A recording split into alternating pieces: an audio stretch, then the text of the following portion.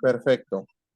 Vamos a comenzar a grabar esta sesión. En esta sesión tenemos 10 participantes y esperemos se vayan uniendo más conforme vaya pasando. La parte que yo les voy a exponer o a mostrar el día de hoy es algo que pidieron hace una semana sobre precisamente, ¿cómo se le llama esto, verdad?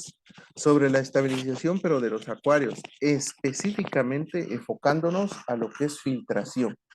Entonces, les voy a compartir la presentación para que la tengamos a la vista y podemos empezar. Esta es nuestra presentación, ¿sale? Entonces voy a tratar de hacerla modo exposición para que lo vean. Este es nuestro cartelito que vamos a estar sacando cartelitos de todos los miércoles que les va a indicar los temas que se van a estar viendo. En este caso es estabilización tóxico-biológica del acuario plantado y enfocado exclusivamente a lo que es el filtración. Entonces, bueno, comenzamos precisamente con este tema y nos vamos a enfocar nuevamente, como les digo, a lo que es filtración. Y aquí podemos ver dos imágenes de dos bacterias muy importantes que son totalmente necesarias para los acuarios. Y del otro lado está un bioreactor que nosotros diseñamos, que es el bioreactor con el cual trabajamos para, pues, para tener mejor las cosas, ¿no? Ese es diseño propio. Vamos a ver. Ahora, este es el temario. El temario también se les va a hacer llegar en cada uno de los grupos y en las publicaciones de Facebook, que es sobre todos los temas que vamos a tomar en esta plática. Abril nos comentaba que eran muchos y que prácticamente iba a ser imposible,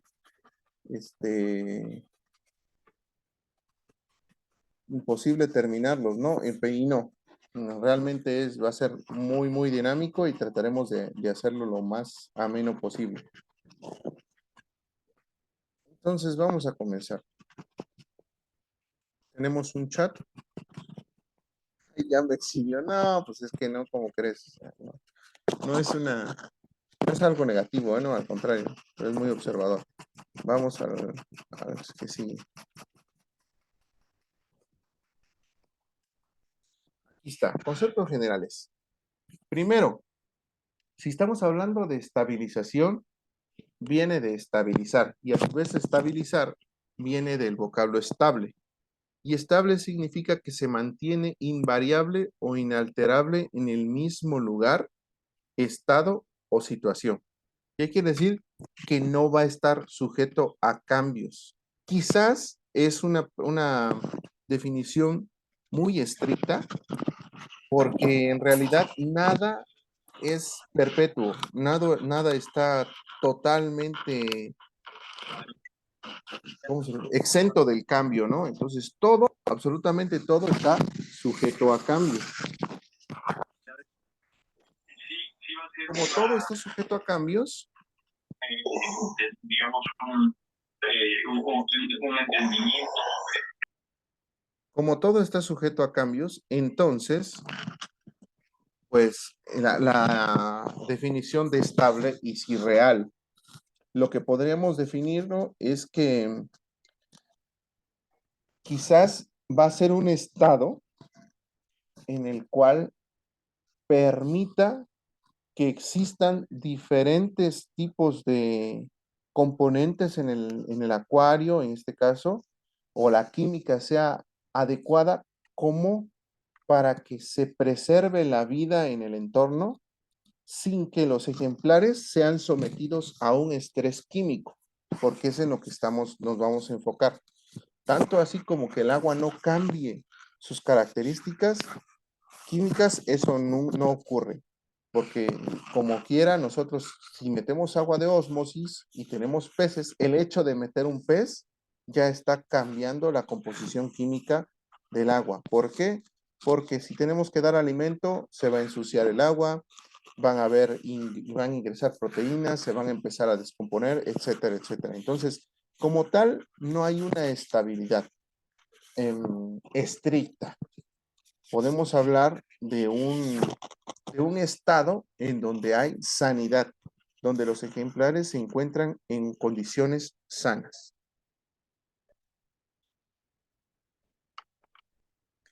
De ahí, por lo tanto, tenemos que hablar de la estabilidad toxicológica del acuario. Esta estabilidad toxicológica, tal vez el término toxicológico llegue a ser muy técnico, ¿no? Pero quiere decir que nos vamos a estar enfocando precisamente a los contaminantes que pueden llegar a causar daño dentro de nuestros ecosistemas. Y estos componentes van a ser tóxicos mientras no sufran un cambio. Hay una ley en química, o bueno, no es como tal una ley, pero es un dogma, podemos decirlo, en donde dice que todos los compuestos químicos tienden siempre con el largo del tiempo a llegar al punto más estable, a la molécula más estable, es decir, a la molécula que ya no cambia, que ya no puede cambiar, que ya no puede modificarse. En este caso, estas moléculas van a ser o van a llegar a este punto en donde ya no puede cambiar más gracias a dos reacciones, las reacciones inorgánicas y las reacciones orgánicas. Y las reacciones inorgánicas no dependen de los organismos vivos, pero las reacciones orgánicas sí. Y en este caso, las reacciones orgánicas van a estar medidas o estudiadas específicamente por la bioquímica, que es el estudio de la química generada por un organismo vivo o cómo interviene la química en un organismo vivo, por lo que vamos a estar hablando de mecanismos bioquímicos. Entonces, esto va a estar ya de la mano 100% considerado que depende de los organismos vivos. ¿Vale?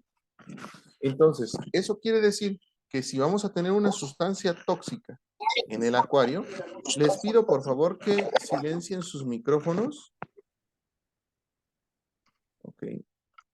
Si vamos a tener una sustancia tóxica en el acuario, va a existir un microorganismo o un organismo al cual se le va a denominar catalizador o biocatalizador, que en este caso son las bacterias, que van a permitir que transforman esta sustancia tóxica a una sustancia que ya no es tóxica, a la cual se le denomina sustancia inocua.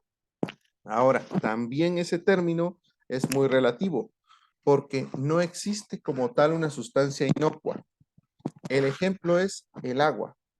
Por ejemplo, un ser humano puede consumir hasta 3 litros de agua sin causarle daño.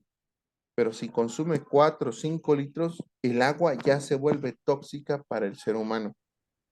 Entonces, hasta la sustancia más adecuada por nosotros, como es el oxígeno también, puede llegar a ser tóxica en concentraciones muy grandes. El ser humano se sabe, por ejemplo, que no puede respirar oxígeno puro. Lo que lo hace respirable es el nitrógeno. Entonces, si tú metes a un ser humano en un cubículo cerrado con oxígeno puro, muy seguramente va a morir porque no es adecuado para él. Entonces, aquí empiezan dos vertientes. Uno, donde la toxicidad depende de la cantidad de elementos que se encuentren en el entorno. Y otro, donde la toxicidad depende exclusivamente de las características químicas de ese elemento, molécula o componente. ¿Sale? Pero lo que nos va a permitir que sea menos tóxico o inocuo es ese catalizador que son las bacterias.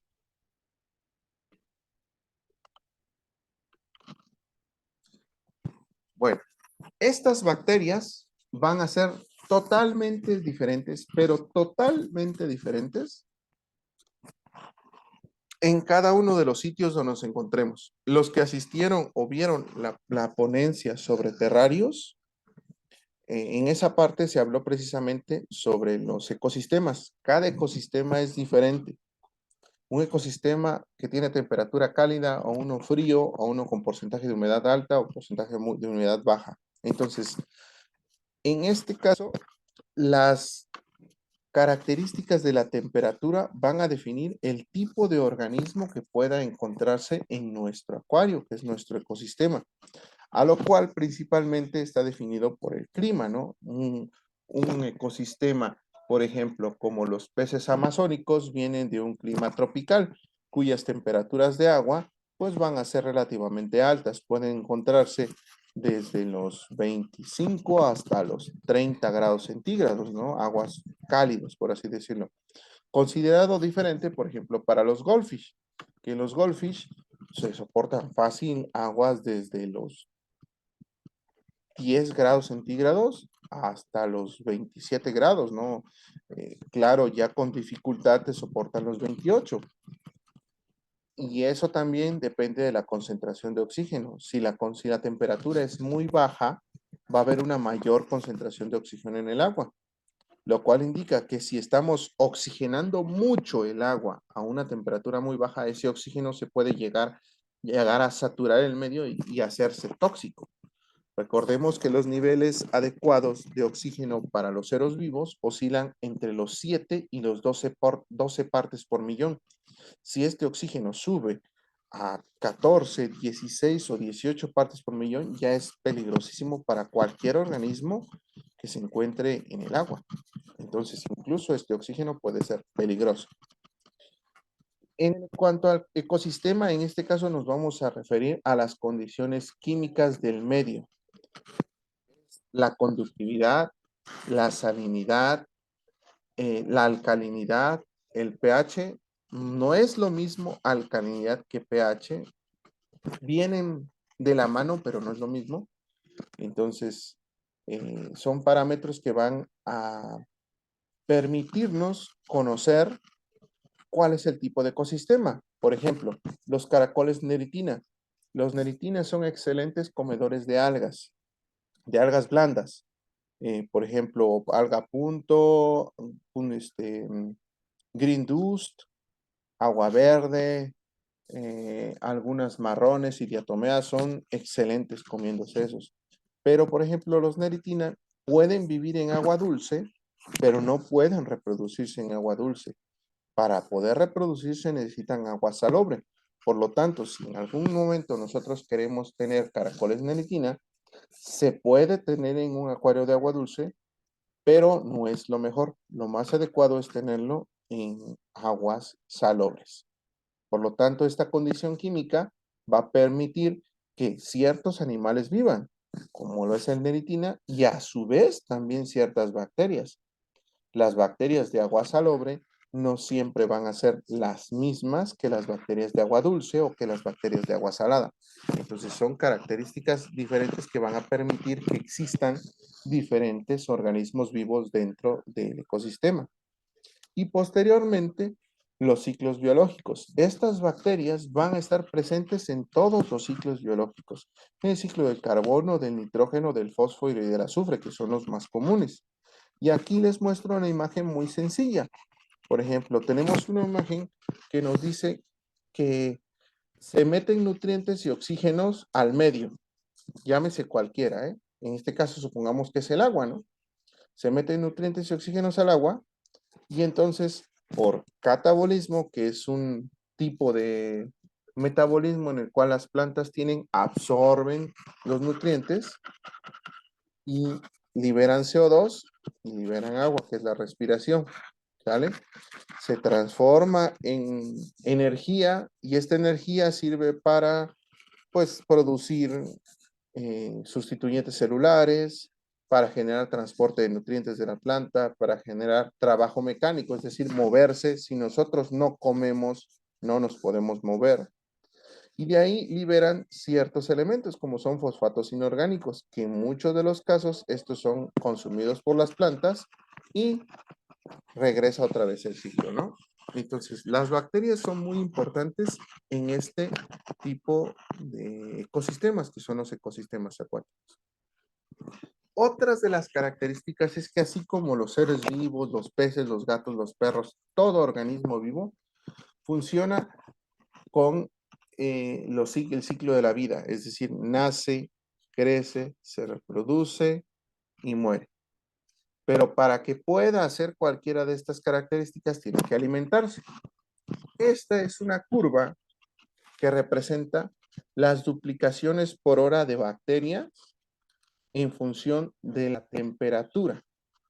¿Sale? Cuando la temperatura se incrementa, las bacterias crecen más rápido. Lo que yo les decía de los ecosistemas cálidos. Por ejemplo, un ecosistema que tiene una temperatura entre 25 y 30 grados centígrados, su velocidad de crecimiento, su duplicación va a ser mucho más alta que aquella que se encuentra entre 15 y 20, va a ser menor. Sin embargo, este mismo crecimiento bacteriano tiene exactamente las mismas características en cuanto a la población, en cuanto a la duplicación de estos organismos. ¿Por qué? Aquí vamos a observar tres segmentos. El primer segmento, si se dan cuenta, no sobrepasa los 0.5. Es un segmento que va a estar estable en la parte de abajo. Digamos que es lo que nosotros podríamos decir que la bacteria o el organismo se está acostumbrando a esas condiciones. En este caso es la condición de temperatura, pero puede ser la condición de la sal, puede ser la condición de la luz, puede ser las condiciones de nutrientes en el agua, puede ser las condiciones de amonio, la condición de cualquier nutriente que tenga. La bacteria siempre va a pasar por un tiempo de estabilidad, a la cual se le llama fase lag o fase de espera. La bacteria está esperando a que se den las condiciones, a que ella se adecua a esas condiciones y después de que se empieza a adaptar, empieza a crecer.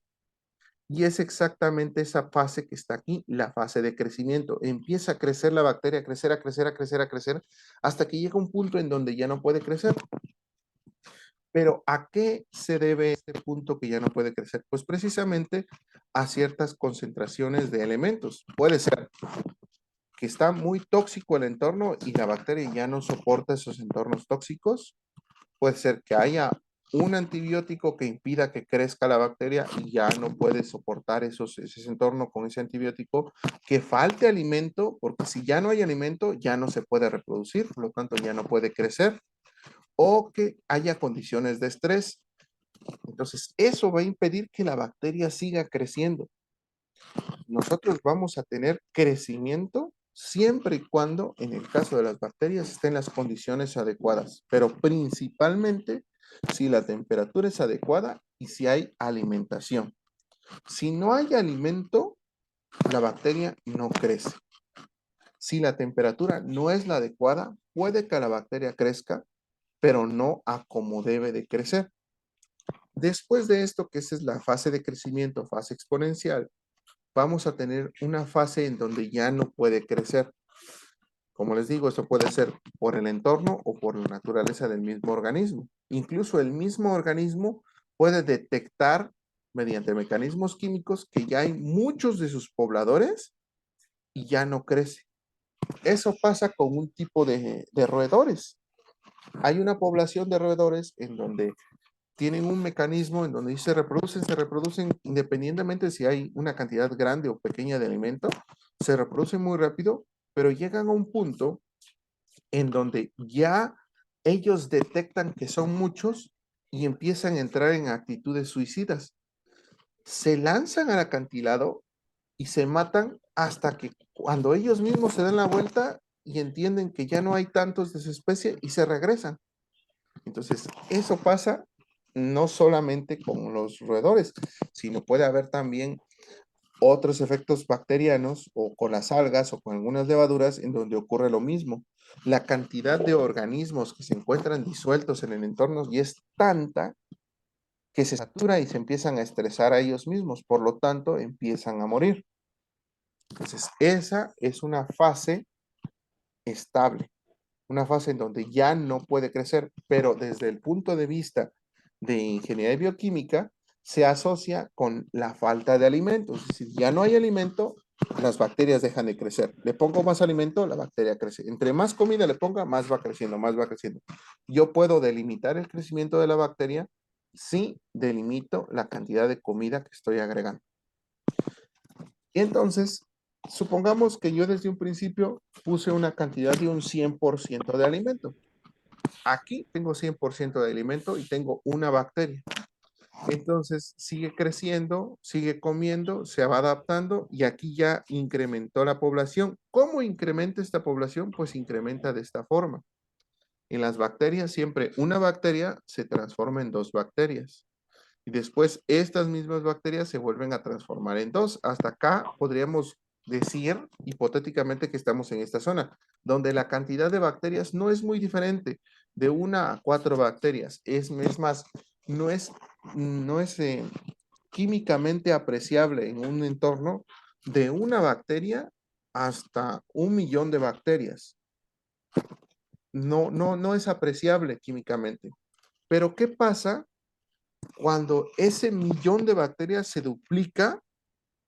Ya se hacen el doble y a su vez el doble del doble y crecen exponencialmente. Y entonces sí ya empieza a disminuir la cantidad de alimento y se empieza a observar acá. Si yo ya no puse nada de alimento más que ese 100%, hasta acá puede haber un 50%, aquí ya no hay, y aquí hay un 40%, quizás aquí un 25%, aquí un 10%, quizás aquí hay un 5% y aquí ya no hay alimento, se acabó el alimento. Y al no haber el alimento, ¿qué es lo que pasa con los organismos? Organismo que no come, organismo que se muere. O entra en letargo o se autoprotege para evitar la muerte, pero ya no crece. Entonces, empieza en declive y viene la otra fase, que es la fase de muerte. Entonces, conocemos 4 fases. Fase lag o de espera, fase de crecimiento, la fase de máximo crecimiento o estable y la fase de muerte. Eso es importante para el crecimiento bacteriano. Hasta acá, ¿hay alguien que tenga dudas? ¿Alguien que quiera hacer una pregunta de lo que se haya dicho? Puede levantar su manita, si no, para seguir. A ver, Willow, adelante, por favor.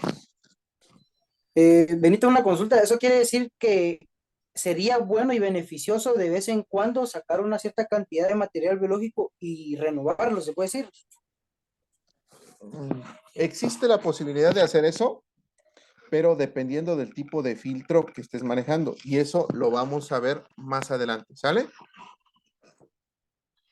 Bueno, entonces ya, si no hay otra Ok. pregunta, seguimos. Entonces, estas bacterias se van a hacer en millones de millones. No estamos hablando de 1 a 3 bacterias, son millones de bacterias. ¿Vale? Y aquí se identifica claramente lo que yo les mencionaba. En esta hay una gráfica en donde yo tengo la cantidad de biomasa que normalmente en ingeniería de bioreactores, así se le llama a las bacterias. Biomasa es cualquier cosa que esté viva, biomasa, y un sustrato o alimento, algo que alimenta a las bacterias. En este caso está el ejemplo de una levadura, por ejemplo. Entonces tiene una levadura y tiene un tipo de azúcar. Conforme va creciendo la levadura, va disminuyendo la cantidad de azúcar, hasta que llega un punto en donde la levadura ya no puede crecer más. ¿Por qué? Porque el azúcar ya se acabó. Pasa exactamente lo mismo con las bacterias. Llega un punto en donde la bacteria llega a crecer y ya no puede crecer. ¿Por qué? Precisamente porque ya se acabó ese alimento. ¿Vale? Por eso es que nosotros tenemos que limpiar los filtros. Sacar material biológico, limpiar ese material biológico, no a fondo, pero sí sacarle todo ese lodo y regresarlo ya lo más limpio posible. Porque ese lodo que se genera, esa biomasa es biomasa muerta. Son bacterias muertas que se quedan ahí atoradas, que ya no se pueden degradar y que van a empezar a contaminar nuestro sistema de filtración. Nos quedan 10 minutos, dice. Vamos a seguir y cuando nos queden 3 voy a dar una ronda de oportunidad para que pregunten. Entonces, aquí se aprecian las mismas fases, igual. Una fase donde está estable la cantidad de bacterias, no crece tanto, pero sí se ven que hay cierta alimentación. Después aquí donde crecen un montón y disminuyen los nutrientes. Y una parte en donde se estabiliza y ya los nutrientes se terminan. Hay algo en el chat. Dice, perdón que ni siquiera se lo des, que estoy en el trabajo. No te preocupes, Willow, adelante, estamos bien. Entonces son estas 3 fases importantes para nosotros. Esto quizás esto no lo van a ver en un video de acuarismo porque los acuaristas prácticamente no lo conocen. Entonces, esto nos va a servir para el futuro. Ya que conocemos eso, podemos decir que si tenemos una bacteria y un sustrato A, cual sea, esta bacteria con el paso del tiempo va a reproducirse y va a generar más bacterias y ese sustrato A lo va a transformar en sustrato B. Regresando a la cuestión tóxica, por ejemplo, la bacteria inicial puede tener un sustrato A que es tóxico para otros organismos, pero para ellas le sirve y transforma ese nutriente en un sustrato B que ya no le sirve a ella y que por lo tanto ya no es tóxico para los demás organismos. Y esto es importante porque no sé si han escuchado por ahí el refrán de la basura de uno es el tesoro de otro. Y pasa exactamente lo mismo en el mundo natural.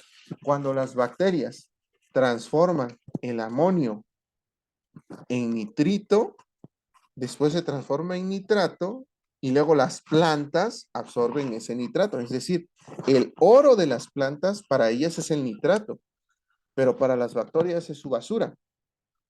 Entonces, a eso, ahora en adelante, lo vamos a conocer como sucesión biológica. ¿Por qué? Porque va a haber un organismo que va a permitir producir algo que otro se lo va a comer y a su vez va a producir algo que otro se lo va a comer y a la vez va a producir algo que otro se lo va a comer y eso lo vamos a observar aquí. Quiero que pongan mucha atención en esta animación. Aquí observamos que va incrementando un tóxico, disminuyendo un nutriente porque va creciendo una cantidad de bacterias y va apareciendo otra bacteria que se va a consumir la línea roja y cuando empieza a disminuir se empieza a producir otra línea. Nace otro tipo de bacterias que empieza a comerse esto y empieza a producir otro componente. Esto es una sucesión biológica. Esto es la ley para todos los ecosistemas. Si la bacteria inicial que está acá empieza a crecer, empieza a consumir nutrientes, pero a su vez empieza a desechar cosas. Esos nutrientes son transformados en desechos. Cuando la bacteria llega a un punto en donde ya no hay tanto alimento, es decir, ya se acabó la gran mayoría de alimento, también está una gran mayoría de desechos. Y estos desechos son consumidos por otra bacteria que por fin surgió. Esta otra bacteria empieza a hacer lo mismo, a comerse los nutrientes, disminuye la cantidad de nutrientes y por lo tanto empiezan a aparecer otro desecho. Y al aparecer ese desecho, vuelve a aparecer otra bacteria que empieza a comérselo y vuelve otra vez a morir cuando se destruye y se acaba este nutriente. Entonces lo que importa es eso, que muchas veces en los entornos libres, eso es lo que pasa. Nosotros vemos un charco y de repente en ese charco vemos que le toca la luz solar y lo primero que van a salir son las diatomeas. Después las diatomeas mueren y como se acabaron el oxígeno, el entorno no tiene oxígeno y empiezan a nacer las cianobacterias. Que las cianobacterias empiezan a producir oxígeno, pero además también fijan nitrógeno, es decir, meten nitrógeno del entorno, de la atmósfera al agua y la llenan de amonio. Y entonces empiezan a surgir las amonio reductoras o aminoreductoras. No, aminooxidantes, perdón. Las amonio oxidantes. Se llaman, si en algún momento las quieren ver en internet, se llaman bacterias amonio oxidantes, BAO. Y de ahí vienen las bacterias nitrito oxidantes, BNO. Y las bacterias nitrito oxidantes sí son las BNO. Entonces esas van a empezar a aparecer. Tenemos algo más en el chat. Lo vamos a checar más adelante, Carlos. Si con gusto te quedas en la ponencia, seguimos platicando sobre eso. Entonces, empiezan a nacer, crecer, reproducirse y morir. Nacer, crecer, reproducir y morir. Eso siempre pasa en todos los ecosistemas. Siempre y cuando no se estén alimentando. Es decir, esto va a ocurrir en una charca, por ejemplo, que no tiene ingreso de agua nueva. Esa charca no tiene más nutrientes y se van a acabar en algún momento. Si esa charca tiene una entrada de agua, por más pequeña que sea, el comportamiento de esta sucesión biológica cambia.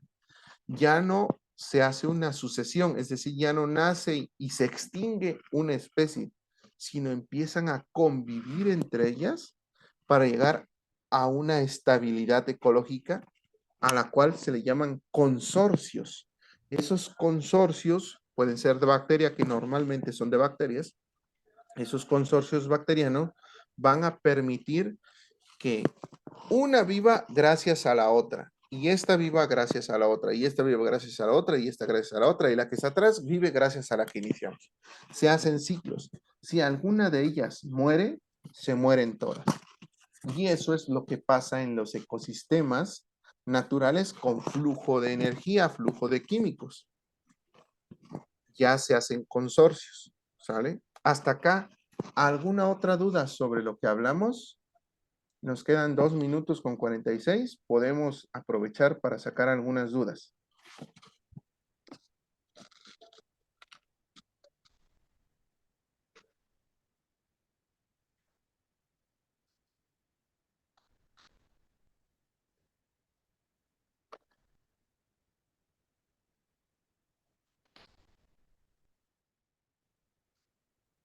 Tenemos algo en el chat. Dice, ¿lo tendremos que ver unas 3 veces? No, pues es que no se trata como tal de eso. Se trata que seamos, que interactuemos.